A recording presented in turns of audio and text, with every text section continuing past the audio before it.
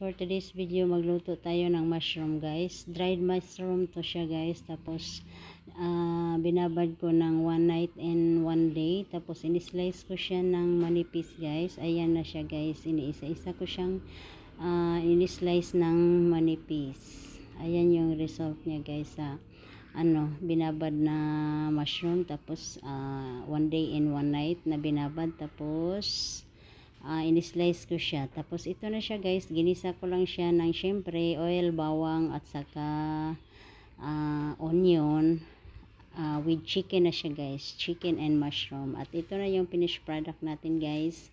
Kayo na lang ang bahala kung anong ilagay nyo. Nilagyan ko ng spring onion at saka yung atsal, bell pepper. Ayan siya guys, yung finished product natin. And mushroom with chicken na in-slice ko din yung chicken guys. Ayan na siya guys, yung finished product natin. Thank you for watching.